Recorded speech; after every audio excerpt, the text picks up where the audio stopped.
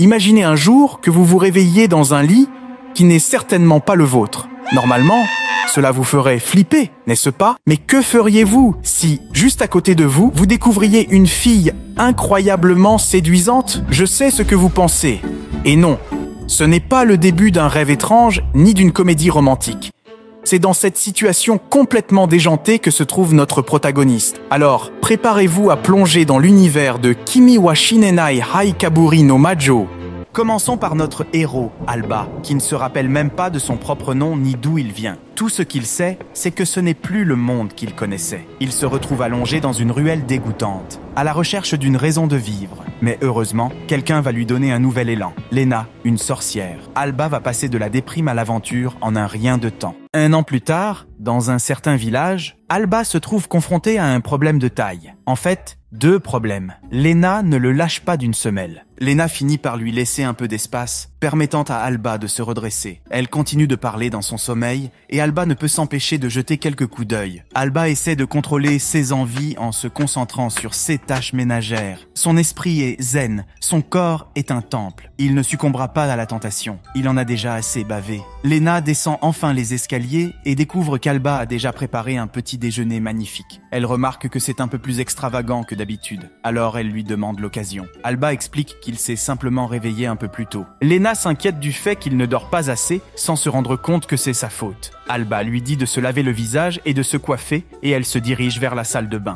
Comme d'habitude, Lena savoure le petit déjeuner préparé par Alba. Il espère que cela l'encouragera à se réveiller un peu plus tôt. Cependant, quelque chose semble préoccuper Alba. Il dit à Lena qu'il a quelque chose à lui suggérer, à savoir dormir dans des chambres séparées. Lena trouve cette idée ridicule, mais Alba est convaincue que sa demande est tout à fait raisonnable. Elle insiste sur le fait que la doctrine maître-disciple exige qu'ils restent toujours ensemble. Alba fait remarquer qu'ils prennent déjà des bains séparés, mais elle lui dit de ne pas pousser le bouchon trop loin. C'est le seul moment où elle insiste pour être séparés l'un de l'autre. Malgré la présentation excellente d'Alba, Lena rejette sa proposition de dormir dans des chambres séparées. Elle lui assure que c'est essentiel pour elle, en tant que maître, d'observer de près son apprenti en permanence, sauf dans la salle de bain. Alba détourne ses paroles pour faire croire qu'elle veut dormir dans la même chambre que lui pour d'autres raisons. Elle lui dit qu'il se trompe. Elle commence à bouder et se demande s'il déteste tellement l'idée de dormir dans le même lit qu'elle. Alba se sent mal pour elle, alors il abandonne le sujet. L'humeur de Lena s'améliore miraculeusement. Le problème actuel d'Alba est qu'il a une maîtresse collante et très tactile. Il n'a absolument aucune intimité et il ne peut même pas trouver le temps de se détendre. C'est une véritable torture, je vous le dis. Il se demande comment il en est arrivé là. Alors il se remémore le moment où leur relation a commencé. Le jour où leur contrat a été formé, Lena se présente comme la sorcière immortelle. Alba lui demande à quel point elle est géniale, mais elle dit que cela prendrait longtemps à expliquer. Alba dit qu'il ne s'en soucie pas, alors elle saute sur l'occasion de parler d'elle-même. Elle raconte qu'il y a longtemps, un démon vivait dans le monde. Ce n'était pas une force que l'on pouvait vaincre avec des épées ou des arcs. L'humanité était acculée. Alba lui demande si elle est venue sauver l'humanité au dernier moment. Mais elle dit joyeusement que non. En fait, ce qui s'est passé, c'est qu'un héros appelé le Grand Sage est apparu, créant ainsi les fondations de la magie telle que nous la connaissons aujourd'hui.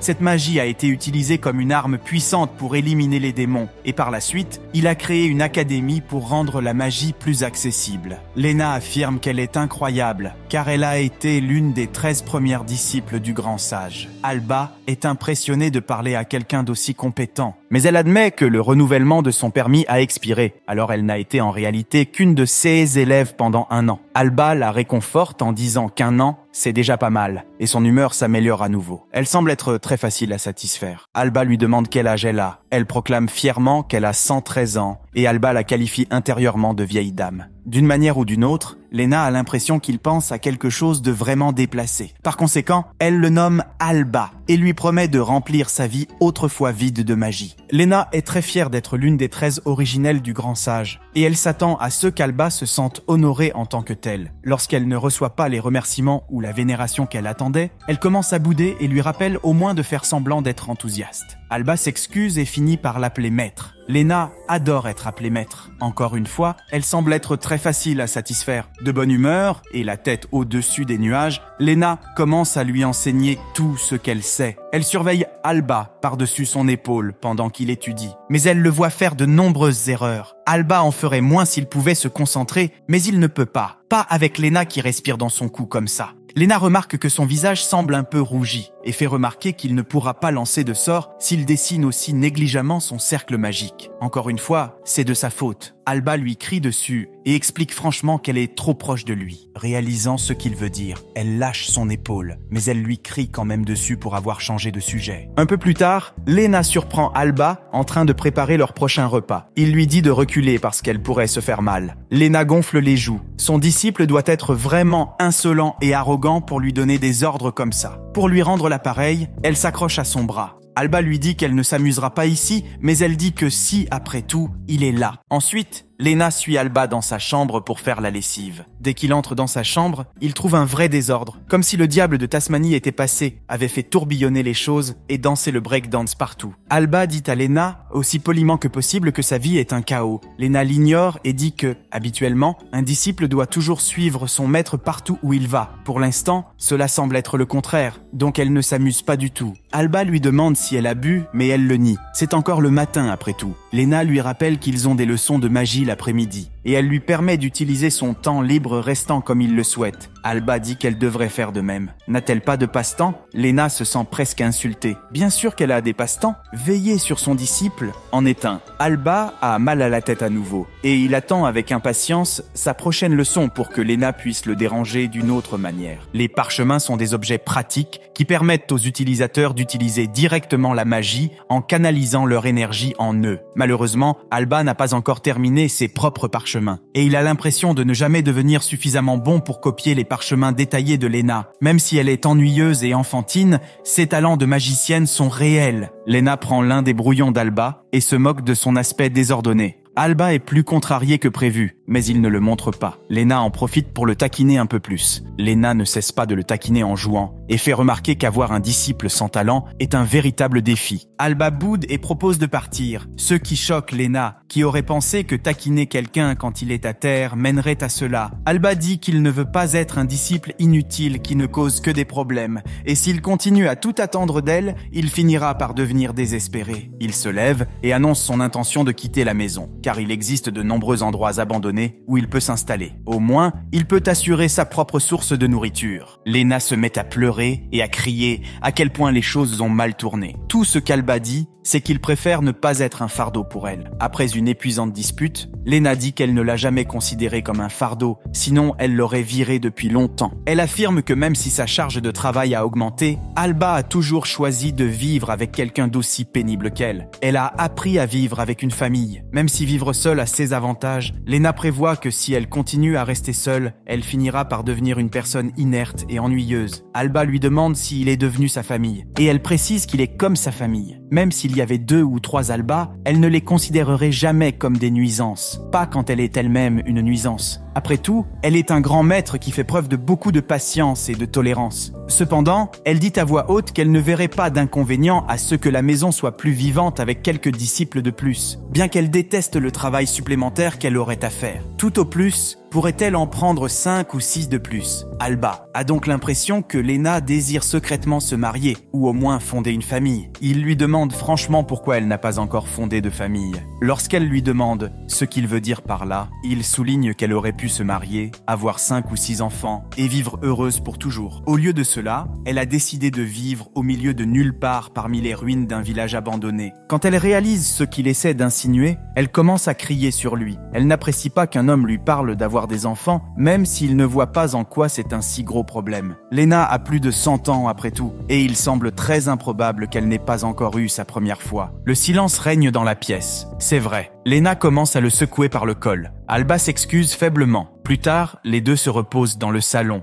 lisant le dos contre le dos. Alba se plaint qu'elle est lourde, ce qui est une véritable erreur de débutant. On ne devrait jamais dire ça à une fille. Lena pince sa jambe en représailles. c'est pas une chose intelligente à dire à son maître. Alba soupire profondément. Il se demande si cette vie quotidienne le mènera quelque part. Lena ne voit aucun inconvénient à rester simplement à l'intérieur de cette maison vide. C'est suffisant pour maintenir la paix et rester chez soi. Elle met en garde Alba contre le fait que le monde extérieur est dangereux. Il est rempli de malveillance, de pollution et de TikTokers qui mettent la vie de tout le monde en danger avec leurs acrobaties en quête de notoriété. Elle lui dit que les humains ne se soucient de rien d'autre que d'eux-mêmes. Personne ne veillera sur lui et personne ne lui tendra la main. Alba lui demande pourquoi elle a choisi de l'aider ce jour-là et elle dit que c'était juste de la chance qu'elle soit là. Il lui demande de nouveau pourquoi elle l'a aidé tout ce temps et elle continue à maintenir et à insister sur le fait que c'était tout simplement un caprice. Rien de plus. Rien de moins. Il lui demande si elle sauverait quelqu'un d'autre comme lui, si elle en trouvait un. Lena réfléchit un moment, se penche en arrière et dit qu'elle va bien pour l'instant. Elle veut vivre comme ça pendant un petit moment de plus. Pendant ce temps,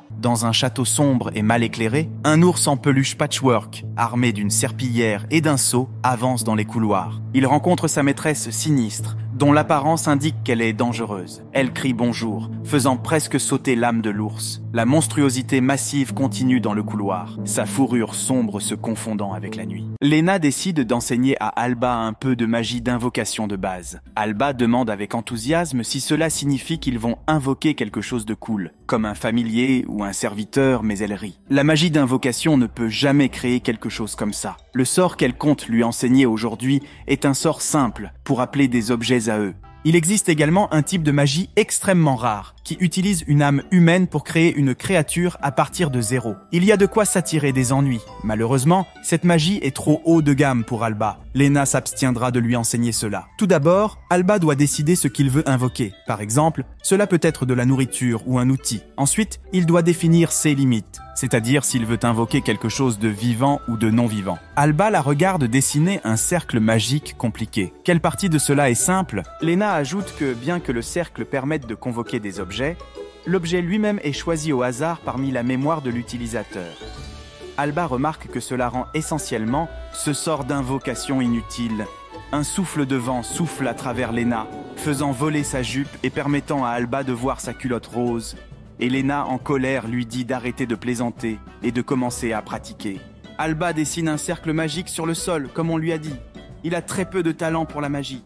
Alors, il veut au moins que cela réussisse pour montrer que sa maîtresse n'a pas perdu son temps avec lui. Il active le cercle d'invocation, mais il invoque involontairement une couche de son époque. Lena est vraiment curieuse de savoir ce que c'est, mais Alba décide de ne pas le lui dire. Il se demande comment cela a pu se produire, et il se rend compte que c'est probablement parce qu'il était tellement fixé sur la culotte de Lena. Cependant, cela signifie qu'il peut invoquer des objets de son époque tant qu'il pense à eux. Lena a l'impression qu'il pense à quelque chose de malsain, mais il le nie. Pendant ce temps, au château en ruine, 3 animaux en peluche, qui semblent avoir été piégés dans le donjon pendant 70 ans, sont à bout de patience. Ils en ont assez de garder leur monstrueuse maîtresse, mais ils savent que s'ils tentent de se rebeller d'une manière ou d'une autre, ils mourront en même temps qu'elle, puisqu'ils ont été créés à l'aide de sa magie. Cependant, Kat, le plus amer d'entre eux, dit qu'ils devraient commencer à vivre comme ils le souhaitent dès maintenant. Cependant, les autres animaux frémissent à l'idée de ce qui pourrait arriver si Kat se rebellait, bien que Kat ne soit pas non plus très sûr d'une rébellion pure et simple. Il y a des raisons pour lesquelles il devrait au moins être reconnaissant d'être en vie, si tant est qu'ils puissent appeler cela une vie. Cela fait 100 ans que leur maîtresse s'est transformée en un monstre hideux, et il ne semble pas que sa malédiction soit sur le point d'être levée. Cependant, Kat rapporte qu'il a trouvé l'emplacement d'un magicien voisin qui détient un grand pouvoir, ce qui signifie que c'est peut-être l'occasion rêvée de quitter leur monstre actuel. Il doute que ce magicien, quel qu'il soit, puisse leur offrir une meilleure qualité de vie. Mais Kat rétorque que, quel que soit l'endroit où ils se retrouveront, c'est sûr que c'est bien mieux que la terre perdue dans laquelle ils se trouvent actuellement. Leur maîtresse se glisse derrière eux et leur demande où ils pensent aller. Paniquée, Kat s'enfuit. La maîtresse demande une faveur à ses familiers restants, mais terrifiés. Alba arrive au village de Rufus pour déposer des marchandises au magasin général. Pearl, la fille du propriétaire du magasin, appelle son père. Alba remet plusieurs objets magiques, notamment des parchemins magiques, des cristaux et d'autres objets de récupération. Pour un petit magasin comme le leur, Alba est une véritable bouée de sauvetage. Le village n'a pas de pharmacie digne de ce nom et la plupart des villageois dépendent donc de leur magasin pour se procurer des médicaments. Comme toujours, le propriétaire du magasin félicite Alba pour la qualité des parchemins magiques qu'il apporte toujours. Chaque parchemin est unique en son genre et il a du mal à imaginer qu'on puisse trouver des parchemins de cette qualité sur le marché d'une ville. Ce sont les parchemins que le maître d'Alba a fabriqués et il en est très fier. Alba sort avec un sac rempli de provisions et Earl semble triste de le voir partir. Avant qu'il ne parte, elle offre une fleur à Alba. Alba semble surpris et Pearl insiste sur le fait qu'il n'y a pas de signification particulière derrière cette fleur. La fleur s'appelle un soju, plus connu sous le nom de fleur de lune. C'est la spécialité du village et la mère d'Earl plaisante en disant qu'on l'offre généralement à quelqu'un de spécial. Pearl fait taire sa mère. Elle insiste sur le fait qu'il s'agit simplement d'un gage de sa reconnaissance